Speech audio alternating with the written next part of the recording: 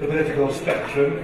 I'm delighted to say that the Right Honourable Tom Brake, MP for Carshalton and Wallington, is here with us. He is Deputy Leader of the House of Commons, and we'll be delighted to hear from him now. Tom Brake, please. You can do better than that. Is the lip there? Well, come on, Tom Brake, please.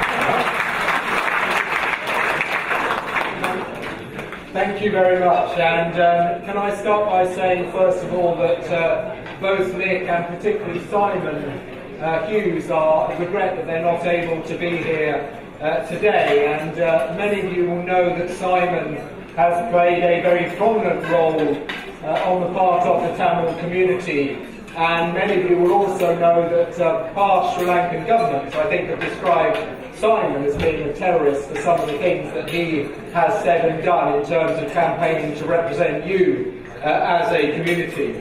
Now, what some of you may not be able to see from your seats is that I'm wearing the Holocaust badge, and I suspect that there'll be a number of other members of Parliament here today who are still wearing it, because clearly we have been commemorating the Holocaust in this last week, and will do so for a number of weeks to come. And of course, unfortunately, as we know, the international community, having said that it would never happen again, unfortunately, the Holocaust then did happen again in a number of countries around the world, whether it was in Bosnia, Darfur, Rwanda, and indeed in Sri Lanka. And the international community didn't learn its lesson. I must say that when I went to Geneva, when I was invited over by the APPG, the Tamil Forum, to go and represent your interests, I must say that I didn't feel that in that sort of environment we were going to be able to make your voices heard. I didn't have much confidence that the UN was going to be able to respond positively, but I'm pleased that through your efforts that it did.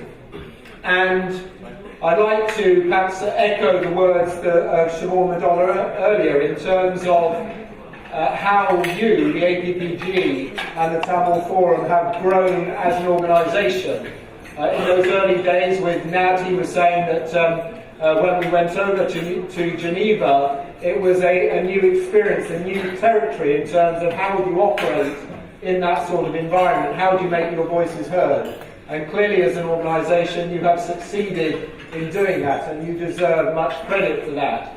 The other thing that I would say in terms of the impact that you've had in my constituency, and I know in many constituencies around the country, it is still the case that the single biggest public meeting that I have ever attended in my constituency was one that was organised during the war in Sri Lanka by the local Tamil community.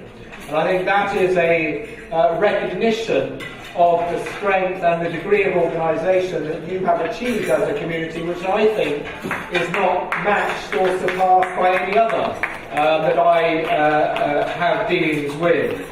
So we now have an opportunity, now that there is a new government in power.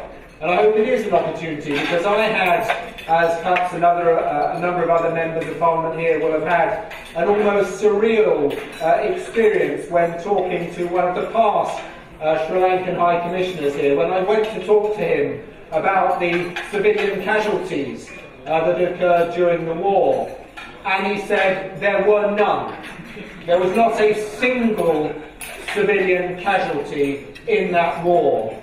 And when the starting point of the dialogue is that there was not a single civilian casualty, it is very difficult to see how that is going to develop. So I hope that with the new president, with the new government, that actually there is an opportunity, perhaps a small window, in which the British government can foster much better relations with the Sri Lankan government and be able to work better with them to achieve the sorts of things that you want to see in terms of finally getting justice, knowing what happened, knowing who was responsible, and being able to see that those who were responsible are brought to justice.